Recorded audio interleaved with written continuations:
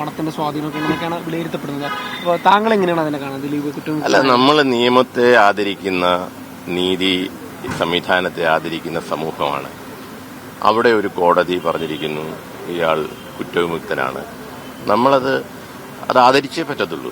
അതിനപ്പുറത്തേക്ക് ഞാൻ പറഞ്ഞ പോലെ ഉണ്ടെങ്കിൽ അത് തെളിയിക്കപ്പെടണമല്ലോ. അത് തെളിയിക്കാനായിട്ട് ബാധ്യതയുണ്ടല്ലോ. സർക്കാർ എന്താണ് പറഞ്ഞത്, പോലീസ് എന്താണ് പറഞ്ഞത്, ഇതൊരു വലിയ കൊട്ടേഷൻ ആയിരുന്നു എന്ന് ശക്തിയുക്തം പറഞ്ഞവരാണ്.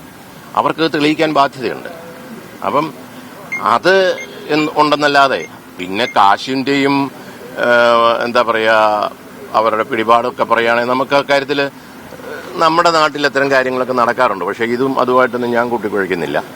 ഈ സുപ്രീം കോടതി ജഡ്ജിമാരുടെ വീട്ടിൽ നിന്ന് പോലും കെട്ടുകണക്കിന് നോട്ടെടുത്തിട്ട് അതിന്റെ ഇംപീച്ച്മെന്റ് പോലും ചർച്ച ചെയ്യപ്പെടുന്ന ഒരു കാലത്താണ് നമ്മൾ ജീവിക്കുന്നത്. അതുകൊണ്ട് അക്കാര്യത്തെ പറ്റിയൊന്നും കൂടുതൽ പറഞ്ഞിട്ട് കാര്യമില്ല.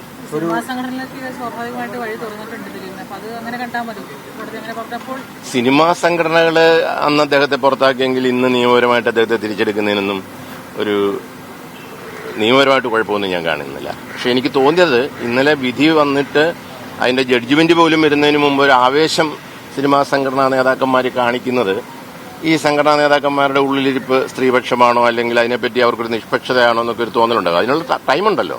ഒരു അമിതാവേശം അക്കാര്യത്തിൽ കാണിക്കേണ്ട കാര്യമില്ല.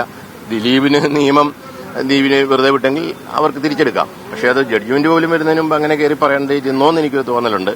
അതൊക്കെ അവരുടെ ഇഷ്ടം. നേരത്തെ പറയപ്പെട്ടിരുന്ന ഈ പവർ ഗ്രൂപ്പിന്റെ ഒക്കെ തലപ്പത്തേക്കായിരിക്കും ദിലീപിന് തിരിച്ചു വരാൻ. അതാണ് ഈ സംഘടനകളൊക്കെ തന്നെ സൂചിപ്പിക്കുന്നത്. ഇനി അങ്ങനെ പവർ ഗ്രൂപ്പൊന്നും ഇവിടെ ഉണ്ടാകത്തൊന്നുമില്ല. അതിനുള്ള ചങ്കൂറ്റൊന്നുമുള്ളവനാരില്ല.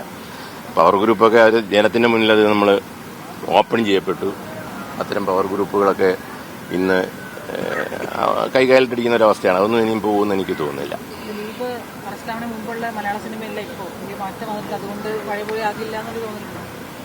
ഇല്ല, അത് ഞാൻ പണ്ടൊരു ഇന്റർവ്യൂ പറഞ്ഞിരുന്നു. ദിലീപിന്റെ അറസ്റ്റിന് മുമ്പും ദിലീപിന്റെ അറസ്റ്റിന് ശേഷവും അതിനുശേഷമാണ് ഈ ഹേമ കമ്മിറ്റിയോ ഒക്കെ വന്നത്. ഇപ്പൊ ഗവൺമെന്റ് കോൺക്ലേവ് വിളിച്ചു കൂട്ടാനും നിയമം ഉണ്ടാക്കാനും ഒക്കെ പോണത് അതിന്റെ ഭാഗമാണല്ലോ.